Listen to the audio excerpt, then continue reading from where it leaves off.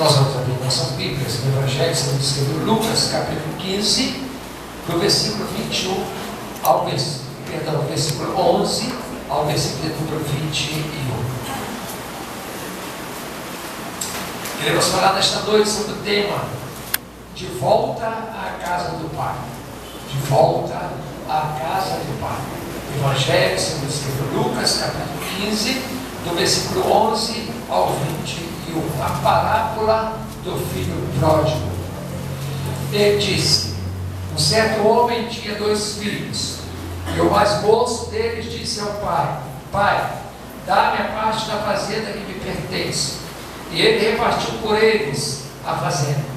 E poucos dias depois, o filho mais novo, ajuntando tudo, partiu para uma terra longínqua e ali desperdiçou a sua fazenda, vivendo dissolutamente. E havendo ele gastado tudo, houve naquela terra uma grande fome e começou a padecer necessidade. E foi e chegou-se a um dos cidadãos daquela terra, o qual mandou para os seus campos a apacentar porcos, e desejava encher o seu estômago com as bolotas que os porcos comiam, e ninguém lhe dava nada. E caindo em si disse: quantos trabalhadores de meu pai têm abundância de pão, eu aqui pereço de fome. Levantar-me-ei, irei ter com meu pai e dir-lhe-ei: Pai, pequei contra o céu e perante ti, já não sou digno de ser chamado teu filho, faz-me como um dos teus trabalhadores. E levantando-se foi para seu pai, e quando ainda estava longe, viu seu pai, e se moveu de íntima compaixão, e correndo lançou-se-lhe ao pescoço e o beijou. E o filho lhe disse: Pai, pequei contra o céu e perante ti, e já não sou digno de ser chamado teu filho. De volta à casa do Pai. Esta parábola vai nos retratar exatamente o nosso quadro atual, como tem vivido principalmente a nossa juventude, mas que nós encontramos hoje de pessoas infelizes, pessoas insatisfeitas, pessoas que não estão acomodadas ou bem acomodadas com a sua vida, não estão tranquilas com a sua vida, estão procurando novidades, aventuras, e por isso talvez se lançam pelo mundo afora. O jovem desta parábola, ele tinha tudo dentro da sua casa, mas não soube valorizar. Então ele queria experimentar o mundo, ele queria conhecer o outro lado da montanha, o que ele iria encontrar. E ele saiu, a palavra de Deus nos diz que ele saiu sem destino. E nós vemos lá nesse jovem uma escolha precipitada e errada que ele toma. Ele chega para o pai, ele pede ao pai que ele dê a sua parte na fazenda. Com certeza aquele pai com seu coração triste, o texto não fala aqui da mãe, mas fala de um irmão. Esse jovem, ele não se preocupou com aqueles que ele estava deixando para trás. Ele teve muito tempo para pensar em tudo, menos na tristeza, no sofrimento da família. Então ele pensou que vou arrumar a minha mala, colocar tudo que tenho dentro da mala, o melhor que tenho, e vou sair mundo afora. Assim ele pensou e assim ele fez. Quantas pessoas hoje nós encontramos assim? Pessoas que na verdade querem viver uma aventura. Por que eu disse que os jovens? Porque hoje o jovem, a maioria dos jovens estão pensando o seguinte: ao completar 18 anos, eu tenho a maior idade, então agora eu preciso morar sozinho. Eu quero morar sozinho. Eu alugo um quarto e eu vou viver a minha independência. Eu vou viver a minha vida independente de dar obediência aos meus pais. Porque na verdade esse jovem, ele não está tão preocupado em dar obediência aos pais. Ele na verdade quer sair a hora que ele bem entender, chegar a altas madrugadas, conhecer novos amigos e amizades que talvez não sejam boas, envolver-se com o mundo. Então ele prefere sair e morar sozinho. Às vezes são jovens que ganham apenas um salário mínimo, ele não pensa nos prós e nos contras, ele não calcula o gasto que vai ter, ele não faz nenhum cálculo disso. Então ele pensa, ganho um salário, estou trabalhando, vou lá no quarto, uma kitnet e vou viver sozinho. Ele vai gastar a metade do que ganha pagando a kitnet. É um jovem assalariado.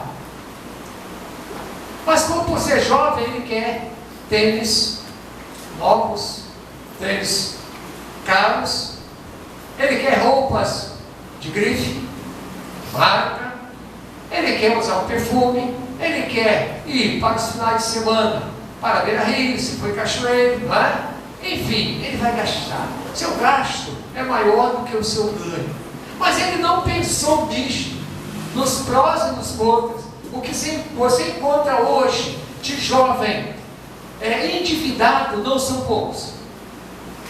Eles colocam o cartão na carteira, no bolso, e eles saem comprando, saem gastando, e depois estão desesperados.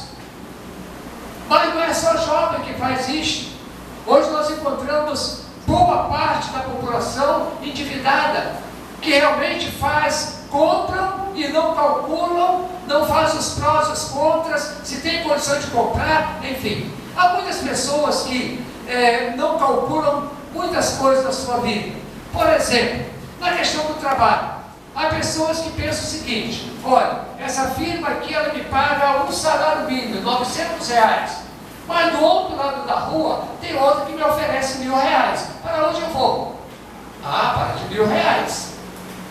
Ganho R$100 a mais por mês. Só que essa aqui me dá uma vantagem, que eu tenho sábado, domingo e feriado em casa. Essa aqui me explora 12 horas de trabalho, enquanto a outra me pede 8. Eu vou então ser explorado por esta aqui, ganhando R$100 a mais, não tendo feriado, não tendo domingo, não tendo sábado, enfim, uma série de coisas que amanhã os R$100 não vão cobrir o prejuízo de tudo isto. Porque ele não pensou nos prós e no contra, ele só pensou em ganhar, ele só pensou no recurso. Então há muitas pessoas vivendo assim. Esse jovem, quando ele chega para o pai e diz: pai, me dá a minha parte, o que me pertence, ele não pensou no prejuízo. Ele não imaginou o sofrimento que ele deixaria para trás, aquele pai, aquela mãe, aquele irmão sofrendo. O apóstolo Paulo, escrevendo na primeira carta aos Coríntios, capítulo 6, versículo 12, a parte A do versículo diz assim: todas as coisas me são lícitas. A parte A do versículo diz isso: todas as coisas me são lícitas. É verdade. A Bíblia nos dá esse direito do livre-arbítrio, de escolher. Você está aqui porque você escolheu estar aqui. Você poderia ter escolhido estar lá agora na Beira-Rio, você poderia ter escolhido ficar em casa, mas você escolheu vir aqui, a este lugar. É uma liberdade, é um direito de escolha. Mas nem sempre as escolhas que nós fazemos, que as pessoas fazem, são escolhas acertadas. Como essa, nós temos aqui um exemplo da questão do trabalho. As pessoas visam simplesmente o recurso e esquecem as coisas que poderão trazer prejuízo.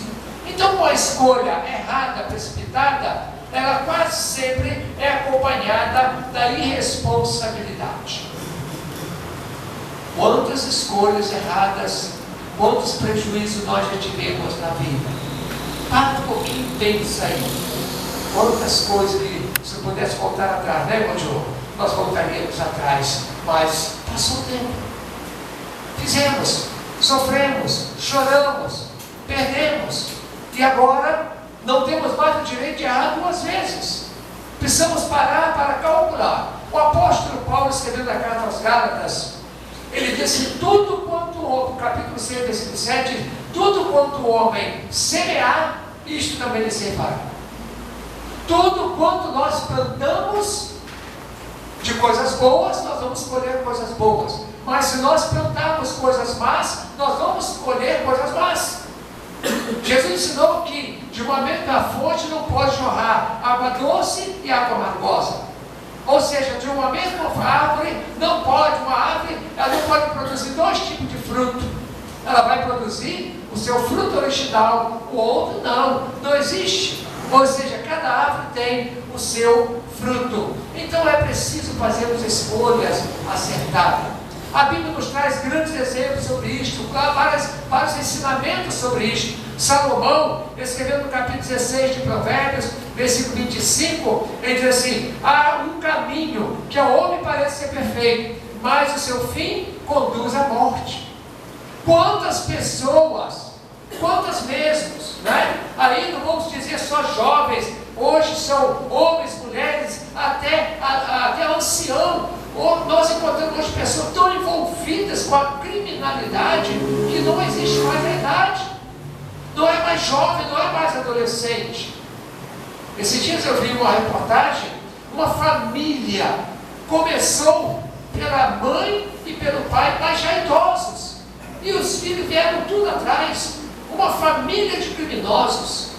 Então, nós encontramos hoje muitas pessoas que escolhem o caminho do mal. E com certeza, eles vão colher pelo erro que cometeram, pela escolha errada. Hoje, quantas pessoas que poderiam estar vivos e hoje já não existem mais? Porque escolheram o caminho errado. Então esse jovem da parábola, ele faz uma escolha, ele sai para o mundo, pelo mundo afora, levando na sua bagagem tudo de bom e do melhor.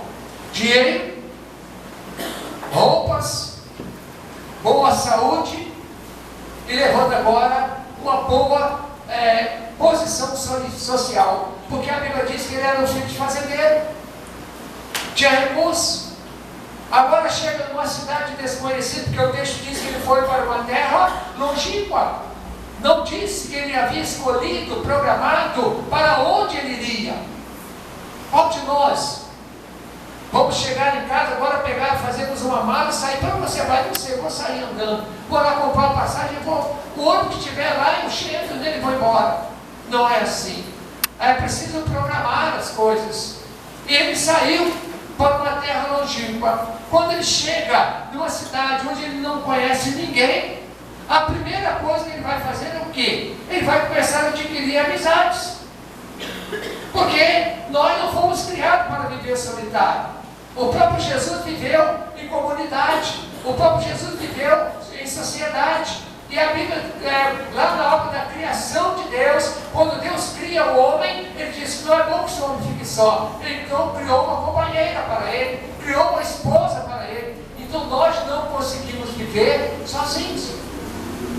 Quem vive sozinho está vivendo depressão, está doente. Mas, então esse jovem, ele agora com recurso, é lógico que não faltaria amigos. Mas ele também não tinha o direito agora de escolher os amigos. Porque se eu chego num ambiente onde eu não conheço ninguém, qualquer pessoa que se aproxima de mim vai me fazer bem naquele primeiro momento. Porque eu preciso de companhia, eu preciso de amizade, eu preciso de alguém junto de mim, alguém perto de mim. E ele com recurso, não foi difícil fazer grande amizade. Ele tem as suas amizades. Só que o tempo vai passando e esse jovem não pensou em investir. Ele não pensou em guardar. O texto diz que ele desperdiçou tudo que ele tinha. Todo recurso saindo de casa. As roupas foram se desgastando, foram envelhecendo. O seu sapato foi rasgando. A saúde foi ficando debilitada. Quando eles perceberam, os amigos, entre aspas, perceberam que ele não tinha mais nada o que oferecer, cada um foi saindo lentamente. Então, aquelas falsas amizades que lhe fez muito bem no início, agora lhe causaram uma tremenda frustração. Ele agora, se no início ele não queria viver sozinho, agora ele se encontra sozinho. Ele olha para o lado, cadê os amigos? Não tem mais amigos. Quantas vezes você talvez já tenha se decepcionado assim? Ciclo de amizade, mas na hora que você olhou para um lado e para o outro, você precisou, cadê os amigos? Quer uma experiência disso? Você tem muitos amigos. Fique doente. Vai para cima de uma cama. A parar em cima de uma cama. Seus amigos somem. Eu me lembro agora, meu saudoso irmão, quando ele, uma ocasião, ficou muito doente, ficava lá deitado, colocou um colchão no chão, ficava ali. Aí nós olhávamos assim e perguntávamos: o que os amigos? Se não me falha a memória, foi no máximo 2 amigos dele visitaram. Os demais, aqueles que eram da bebedeira, da cervejada, das farras, ninguém apareceu. Que frustração para o meu irmão. Que frustração. Eu ficaria e você ficaria. Então, esse jovem, ele também sentiu-se frustrado, porque ele não conseguiu investir, então ele não guardou dinheiro. Ele, enquanto tinha dinheiro, ele não parava para pensar quem era amigo verdadeiro e falsos amigos. Ele só estava gastando, ele tinha dinheiro para gastar, e eles quiseram, tomaram tudo. Enquanto ele teve, eles puderam e fizeram o máximo e gastaram tudo. Mas o homem longe de Deus, que resultado ele pode ter? Porque nessa parábola que Jesus contou, esse pai que foi encontrar com o filho é Deus.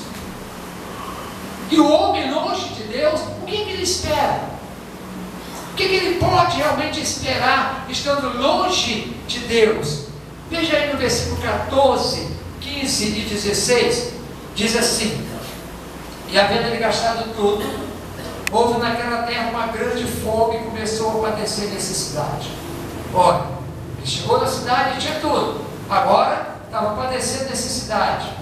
Foi e chegou-se a um cidadão daquela terra, o qual mandou para os seus campos apacentar porcos, e desejava encher o seu estômago com as bolotas que os porcos comiam, e ninguém lhe dava nada. Ele sentiu-se sozinho. Agora não tem mais recurso, a minha saúde debilitada, eu não investi, eu preciso comer. E ele então agora sai procurando um emprego. Ele vai encontrar na casa de um cidadão que diz assim: olha, eu tenho ali uma sunicultura, é isso? Sunicultura, não é? Cuidar de porcos. Vai para lá, cuida dos meus porcos. Ele foi. Só que ele se alimentava, mas a alimentação dele não satisfazia. Porque ele estava acostumado a comer bem, bastante. Agora o texto diz que a fome dele era tão grande que ele tinha desejo de comer a comida dos porcos. O homem longe de Deus, ele vai viver no chiqueiro. Pensa comigo o que é um chiqueiro. Essa mensagem que eu preguei era ontem. Fui pregar ontem numa igreja, no aniversário de uma igreja. Eu preguei essa mensagem. Pensa comigo no chiqueiro. E eu me lembrei de um irmão que nós tivemos lá da igreja Monte Céu. O irmão Josué conheceu muito bem. Talvez poucos irmãos conheceram, o Olivias, o irmão Arlindo Cardoso. Ele criava porcos. E às vezes até gostava de ir para lá para ver matar o porco. Criança, né, gostava de ver o sofrimento do bichinho, né?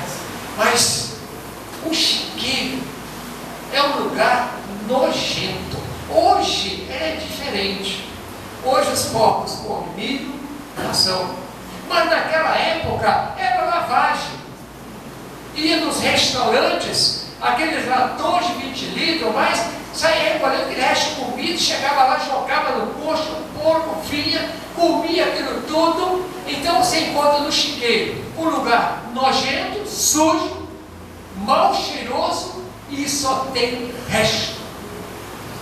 Aquele jovem que tinha uma casa, que tinha um quarto decente para dormir, que tinha dentro da sua casa amor, carinho, cuidado, roupa lavada, agora estava lá, dentro daquele chiqueiro, desejando comer a comida de porcos, fedendo, cheirando mal, cheio de porco e de chiqueiro. Porque se tem uma coisa que impregna nas pessoas, ontem eu contei essa experiência lá. Por exemplo, uma pessoa que fuma muito, ela pode tomar banho, vestir uma roupa limpa, mas a sua pele estiver impregnada, aonde ela chegar é um fedor de cigarro.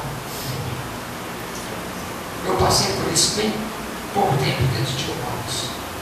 Sentou do meu lado uma senhora e olhei para ver se não tinha alguém fumando. E era ela. Imagine alguém passar o dia inteiro dentro de um chiqueiro, aquele lugar fedorento, mal cheiroso, e sair dali realmente com o seu corpo, a sua roupa cheirando chiqueiro. Uma pessoa que vai para a rua, que vive na rua, fora de casa, ela come na rua o que eles deram. Não é assim que acontece com os mendigos? Vão para a rua, tem música que revira um lixo, vai lá no lixo, põe e sai comendo. Aquilo que você jogou fora, uma fruta que está apodrecendo, ela vai lá, tira, corta, a boca dele, sai comendo aquilo. Porque a fome é tão grande. Vamos imaginar a situação desse jovem. Por uma escolha errada e precipitada, egoísta, porque não se importou com sua família, com seus pais, seu irmão, abandonou tudo de bom e do melhor para viver uma experiência, para viver uma ilusão. E há muitas pessoas iludidas nesta vida. Ele se distanciou do Pai, e assim tem muitas pessoas se distanciando de Deus.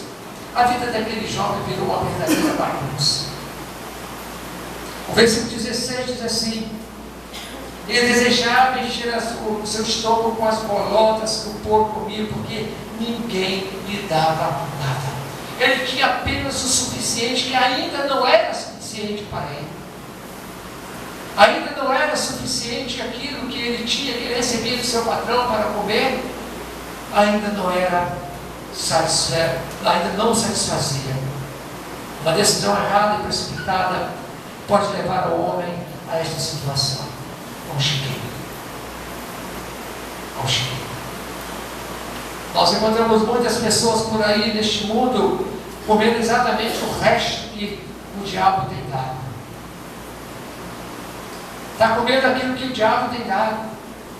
Porque as pessoas, elas longe de Deus, elas não têm mais seu autodomínio. Elas não mais se controlam. Elas agora aceitam toda a proposta que vem do mundo. Experimentar o mundo é aceitar a comida que o mundo tem. E quem a Bíblia diz lá em 1 João capítulo 5, 19, que o mundo jaz no maligno. O mundo está no diabo. Quem domina o mundo das trevas é o diabo. E quem está longe de Deus está em trevas, comendo o que o diabo tem dado. Quantas pessoas têm tentado se libertar e não conseguem? Se não for pela misericórdia e graça de Deus em Cristo Jesus, o homem não consegue se libertar. Ele passa um período pequeno, mas daqui a pouco ele volta, ele volta para o chiqueiro novamente. Ele vai continuar comendo a lavagem novamente. Ele vai se repugnar, ele sai dali por um tempo, mas depois ele volta outra vez. Enquanto esse homem não tiver um verdadeiro encontro com o Senhor, não adianta. É por isso que Pedro ensina uma coisa muito interessante. Ele diz que, em outras palavras, ele quis dizer o seguinte: se você pegar um porco, tirar lá de dentro do chiqueiro, e se você der um banho nesse porco, passar nele um perfume, e se você soltar, a primeira coisa que ele vai fazer, se ele encontrar um brejo, uma lâmpada, ele vai entrar nessa lâmpada. Se o chiqueiro estiver aberto, ele vai entrar no chiqueiro, porque ele está acostumado a viver no chiqueiro. Não adiantou banho, não adiantou perfume, nada disso. Essas coisas não adiantam. O homem também precisa ter esta certeza na sua vida. O homem precisa ter esta convicção Quem pode lavar o homem dos seus pecados é o sangue de Jesus. Aquela morte ali no Calvário, que Jesus fez por mim e por você. Deixa eu contar aqui você uma ilustração de uma jovem. Essa jovem, ela cometeu um deslize. Ela envergonhou a sua família. E ela começou sendo mal falada no bairro. Então, para não envergonhar mais a família, ela resolveu sair de casa e foi para longe. Sumiu de casa. Só que lá no mundo, ela também sofreu muito. Porque na verdade o mundo não tem nada para oferecer a ninguém. Quando eu digo mundo, eu não estou dizendo esse planeta onde nós moramos. Eu estou dizendo o sistema do mundo. As coisas que acontecem sobre a terra. As más companhias, a vida de vício, a vida de imoralidade, a vida de corrupção, a vida de roubo. Estou dizendo essas coisas. Então ela foi para o mundo, uma jovem, e agora ela então começou a experimentar as coisas longe de casa, porque ela precisava se manter. Mas chegou um dia que ela não suportava mais aquela humilhação, ela não suportava mais entregar o seu corpo, vender o seu corpo para sobreviver. A vergonha que ela estava passando, ela disse: olha, eu estou doente, eu estou mal, eu vou fazer uma coisa, eu vou voltar para casa dos meus pais. E nessa ilustração diz que ela encontrou uma pessoa muito caridosa que lhe deu apenas a passagem de volta para a casa dos seus pais. E ela aceitou aquele dinheiro, comprou a passagem e voltou. Ao chegar perto de casa, ela pensou em desistir. Mas olhando de longe, ela viu que a porta estava aberta. E ela foi chegando lentamente, cuidadosamente, sem fazer barulho. Ela entrou dentro de casa, ninguém viu. De repente, ela viste a sua mãe, ela corre para os braços da sua mãe, ela pede perdão, e a mãe disse: minha filha, você não precisa pedir perdão. Desde que você saiu, esta porta ficou aberta. Eu sabia que um dia você voltaria. Por isso essa porta estava aberta. Meus queridos, o homem hoje de Deus, quando ele sai porta fora, na verdade ele esquece de que aquela porta que Jesus deixou aberta, ela nunca vai se fechar. Aquele pai amoroso nunca vai deixar de estar esperando o filho, a volta do seu filho. E o filho precisa, na verdade, voltar para a casa do seu pai. Aquele jovem era rico ou pobre. Aquele jovem pagava, dava banquete, agora não tinha comida. Aquele jovem saiu de casa com dinheiro, com saúde, e agora não tinha nenhum recurso. Doente. Mas uma coisa ele fez. No versículo 18, diz assim: levantar-me-ei, irei ter com meu pai, e direi: pai, pequei contra o céu e perante ti. Foi preciso ele reconhecer. Errar, todos nós erramos. Permanecer no erro é que não devemos. Aquele jovem errou e errou muito. Hoje nós encontramos muitas pessoas que realmente tomam caminhos ignorados, caminhos errados, e às vezes orgulhosamente, não estando em condições de permanecer lá fora, mas não querem voltar. Quantas pessoas já andaram na presença de Deus que hoje estão longe de Deus? Quantas pessoas têm recebido todos os dias propostas de Deus, mas orgulhosamente não querem dar o braço a torcer, não sei para quem? O seu orgulho, da religiosidade, das suas obras, tentando se auto-justificar. Essas pessoas permanecem sofrendo longe de Deus. Esse jovem disse: olha, eu não aguento mais essa vida. Na casa de meu pai tem tantos jornaleiros, tantos empregados.